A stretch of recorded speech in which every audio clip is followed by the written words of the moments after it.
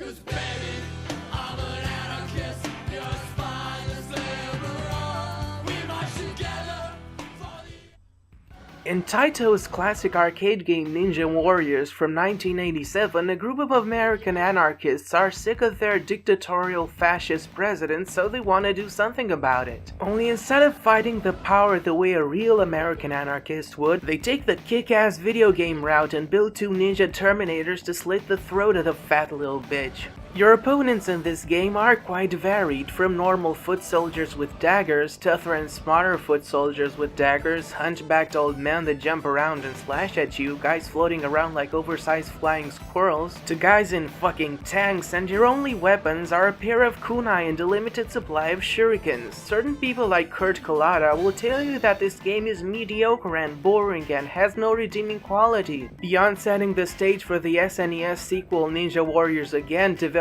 by Natsume, and I'm gonna try to prove to you that his review can suck a caribou's ass. The happy video game nerd, aka Stop Skeletons from Fighting, already covered the sequel well enough, so I won't go too deeply into that, but long story short, the first game is a lot less based around combos and takes a far more ninja-like approach.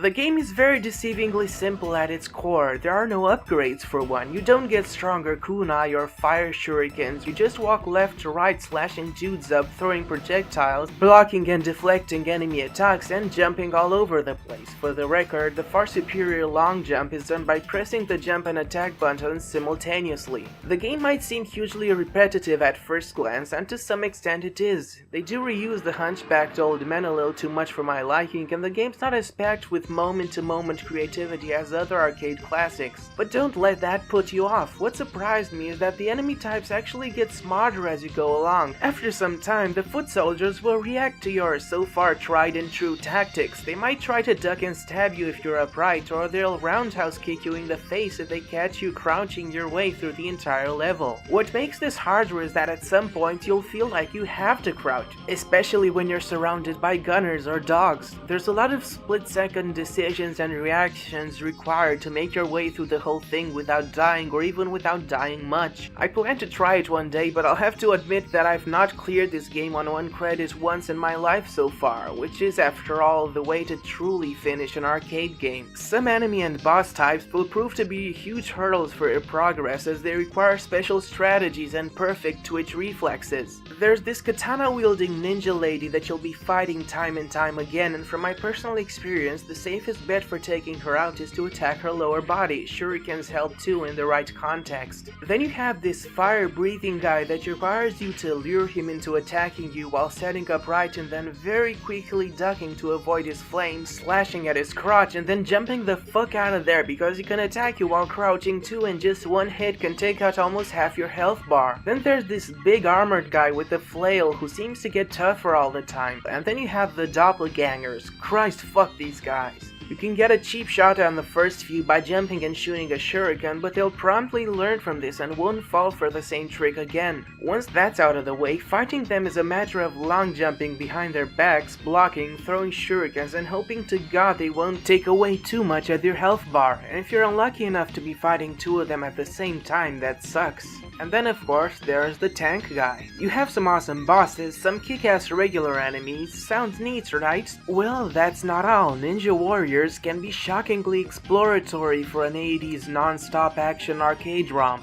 And by exploratory, I don't mean that it's a Metroidvania or that it has a ton of alternate pathways. Instead, you get mechanical exploration, which is my favorite type of exploration. Seeing as you're a ninja, you can tread mostly non-lethally through the levels if you want to, and the developers knew you would. If you spend a minute or so on level 1 simply evading and blocking and not killing anyone, the game will spawn some of the flying squirrel guys from level 3, and in level 5, you can ignore the second doppelganger and just evade while skillfully blocking up and down to deflect his stream of shurikens. Most satisfyingly, you can trick the tank dude into running over his own allies.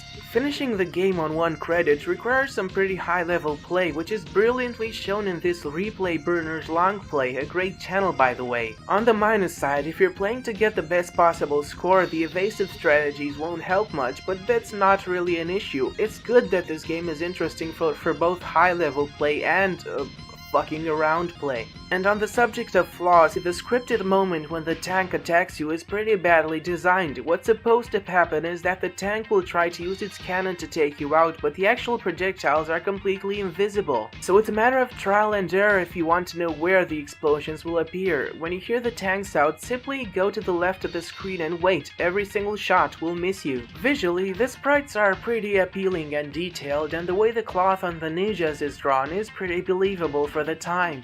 The characters also take battle damage in a very Terminator-esque way, or like in Go Nagai's Black Lion manga, which came before Terminator. The soundtrack from Zuntata, that's right, our good old friends from the Dario series, is overall pretty neat, but the absolute highlight is the classic theme Daddy Mulk heard in the first and last stages.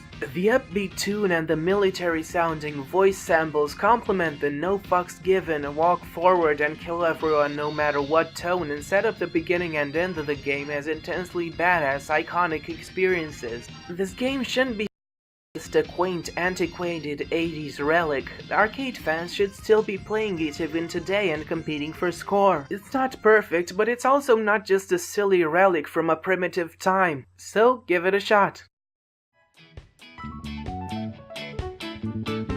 I'm gonna flip out like a ninja, 'cause that's what ninjas do.